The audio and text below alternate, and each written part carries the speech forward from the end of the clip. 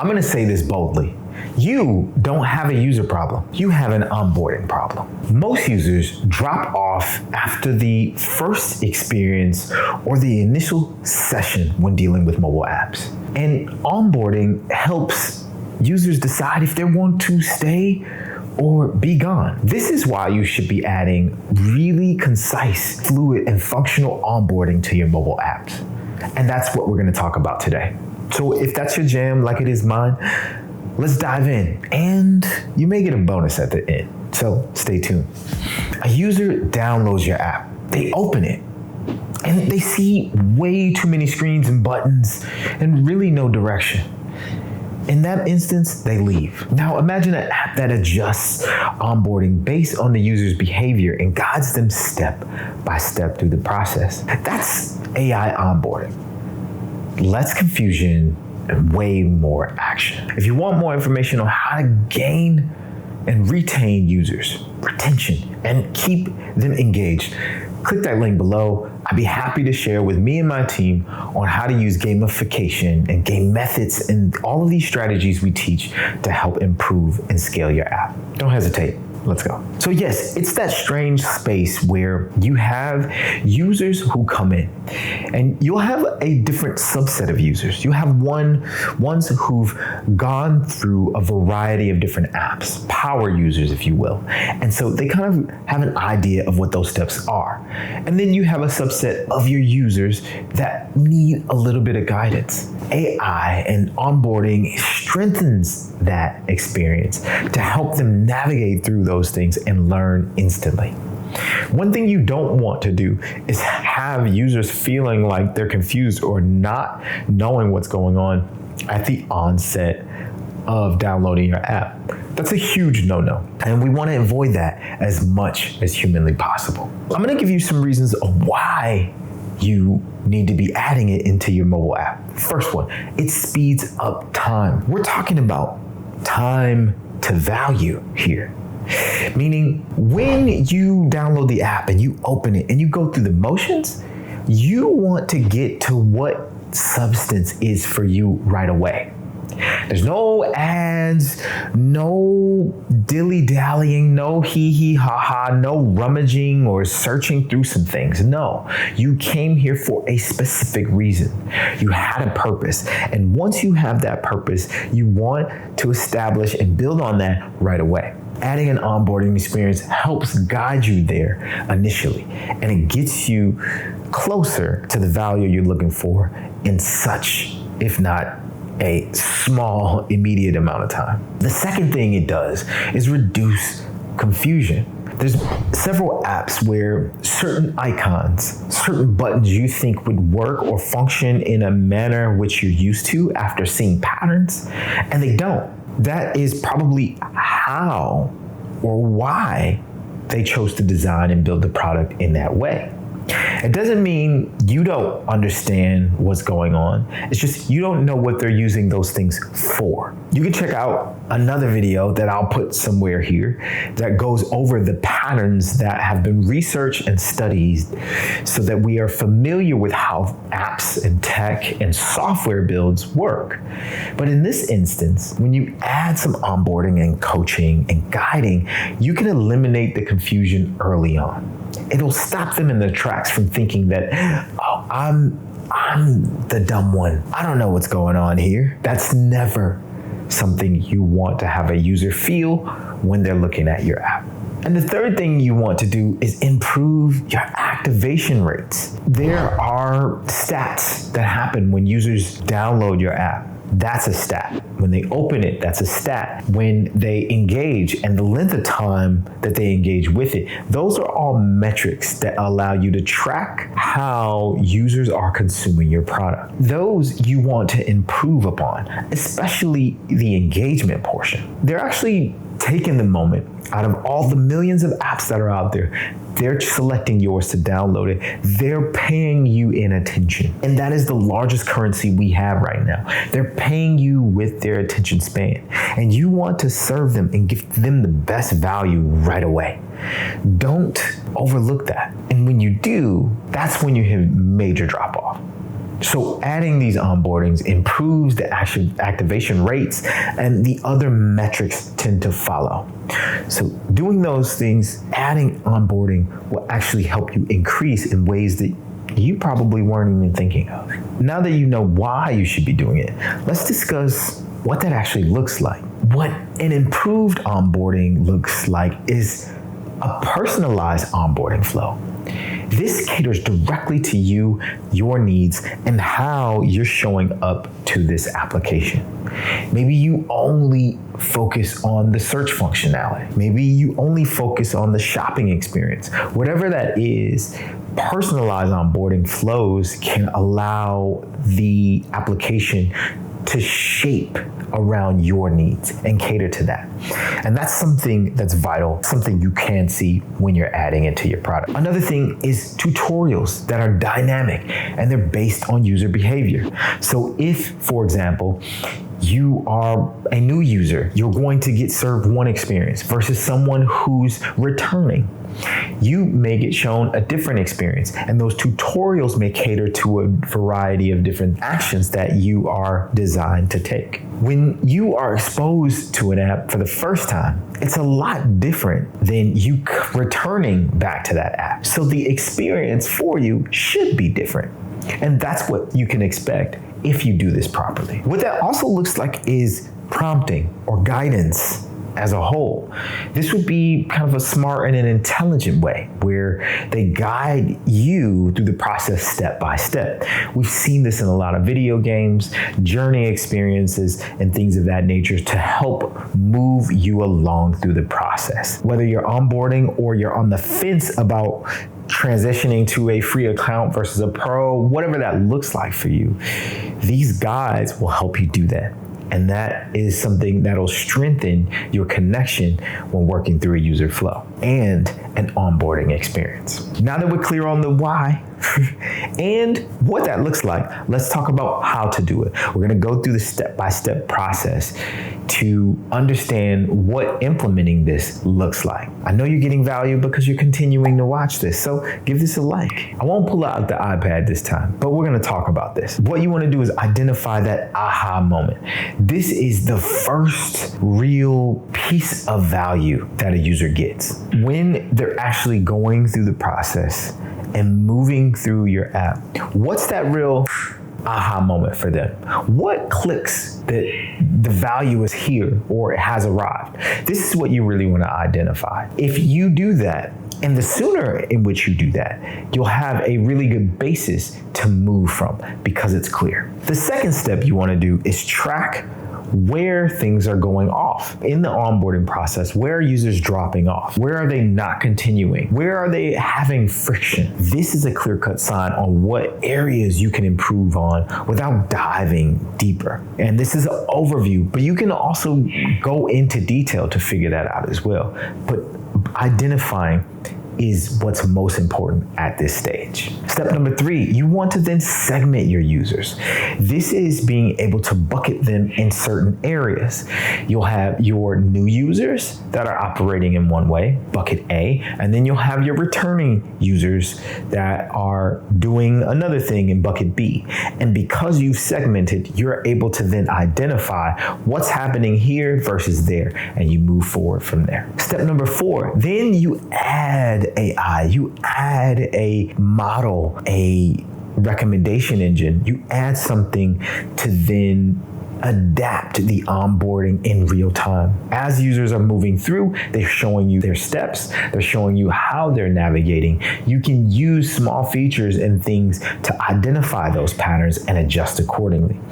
And because you've segmented, you're able to identify which area it's happening in your new users versus your returning ones and make adjustments as you go along. This is the power of adding AI and that adaptability. Step 5, because we're looking at behavior, this is when you can also add different things like tooltips, coach marks, different prompts and walkthroughs based on the behavior you see happening. This is why it's also vital to test what's happening through that journey. You'll see when those who are pausing because they're unaware of where to go next, what to click, how to move and navigate, then then maybe you surface up a walkthrough or a tooltip or something that helps them orient themselves properly to move forward. Forward progression is key in any app, any state, and in your life. So build apps in that way and you can't go wrong. And step number 6 is something I always preach, and that's test and optimize. Test the flows. New users, returning users. You test how they move through your systems, and then you optimize accordingly. The same philosophy I carry in other areas of my life. You learn a skill, you see what's happening, and you see if it's checking the boxes for you to get better. If not, you go back, you analyze where you've gone wrong or what steps you need to improve on. You make adjustments for improvement, and then you continue. This is the exact same way. Always be testing, always be improving, and that's how you get the best out of the features, tools, tips, and the technology that you're adding to your products. Now, it wouldn't be me if I didn't talk about the challenges. So let's discuss those today. The challenges towards adding onboarding and walking through is there could be way too many steps. You can have a 3-step process. Some could have a 5, some could have a 10-step process. But either way, it should accommodate the least amount of steps for the user to get the most amount of value quickly. If you're thinking that you need to segment every phase of it, you may be wrong. Test, tweak, and adjust. Try to accommodate to see what that looks like at every stage. And you may be way more comfortable knowing that you can do it in 3 steps versus 5. Also, generic flows don't really adapt. They don't really spell personalization and give you the confidence you need to move forward. Messaging is talking about getting through the process. Well, I haven't moved towards step number 1 or the first prompt that had me do something or change something in my settings. Avoid making them generic and be more specific once you know the phases in which they're going to move through.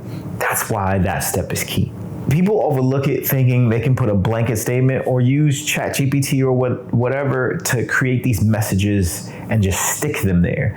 And that's far from the truth because users are savvy. You have to think about this.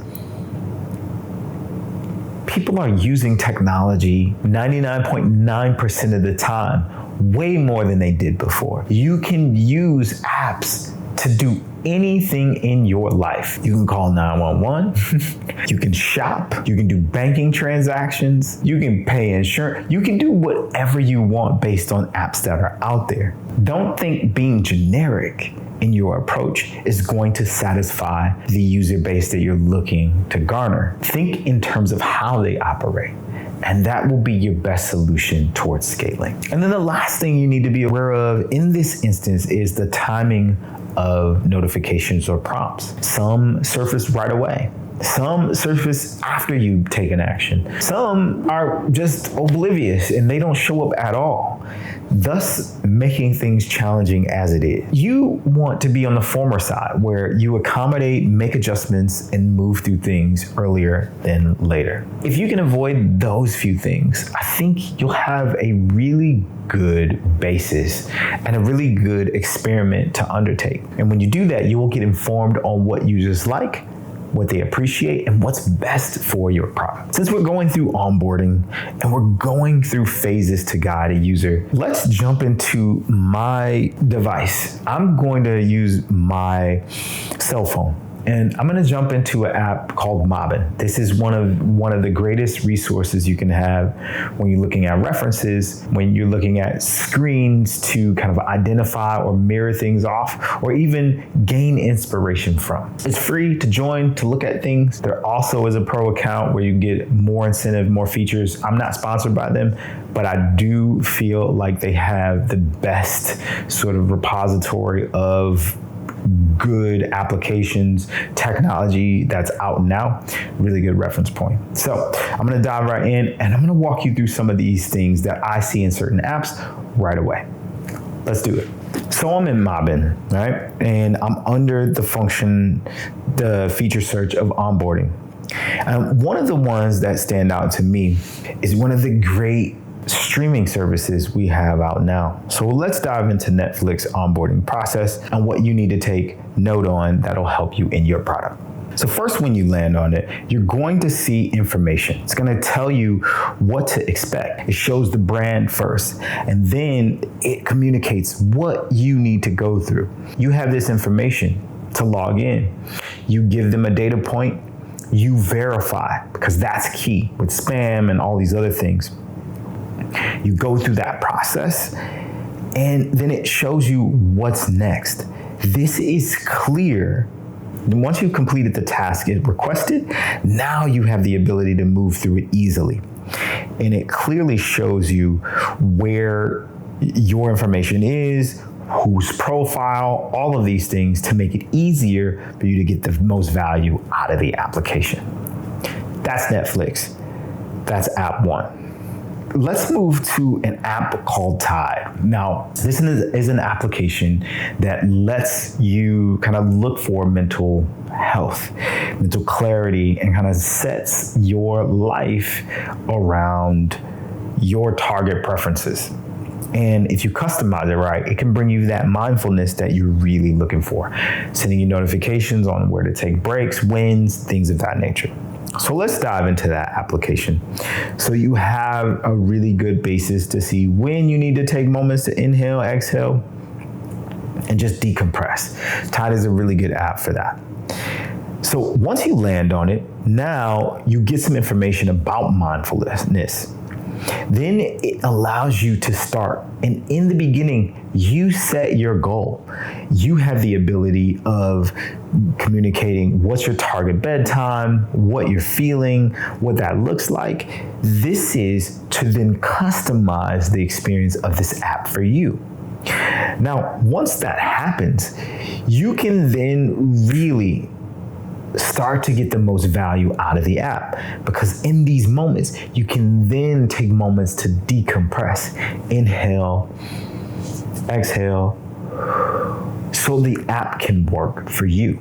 And it starts to track moments that you have and all of those things to make you more mindful of your wellness journey.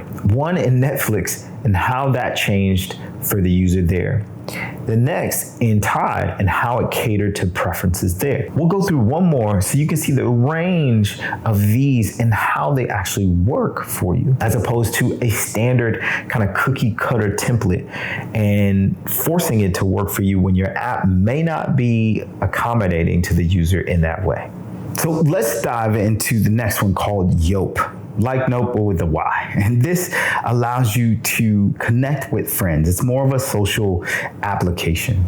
And here you'll see steps, almost like your reels in other social media apps, where you start to then invite friends, add your information, and go through the process. Now, in this example, they show you setting up and starting with a Google account. Then you add your mobile device, add an avatar, and you move through the process there. It's almost like setting up a social media account. But in this example, you can see it pushing users to do these small steps so they can get the most value of inviting their friends, creating an avatar, and being able to then socialize in the app in real time. It even also allows you to invite folks to do the same thing, and allows you to share and just connect and so much more. You see the onboarding on this app, which is more related to Gen Z and more a social component, is entirely different from a mindfulness app, is entirely different from a movie series show streaming application. Onboarding isn't just a set and forget it practice. It is customized to the experience you want the user to have based on the product you build. The better you will serve your users, because now they know how to operate under those conditions. Whew, that was a lot, but we got through it and you're well on your way of understanding. Now, onboarding. It's huge in any mobile application. You get faster understanding from your users right away, and you'll get them to the value that they need. You'll have higher conversion rates and installation by users, active users, once you start to connect to them in the way that you can move them forward through the process. And you'll reduce churn altogether. So we've gone through all of those things. I've even shown you examples by some of the most familiar products that are out right now. However, some of you still won't take action. And if you need help, click that link below. I'd be happy to review yours and go over a strategy session with you and your team so that we can get you well on your way to scaling. As always, your life has colors, so make sure to design it that way, making your app secure in this video, and what you need to do to add predictive analytics or just AI in another application. We're going to do that in this video. We will see you in the next one. Take care.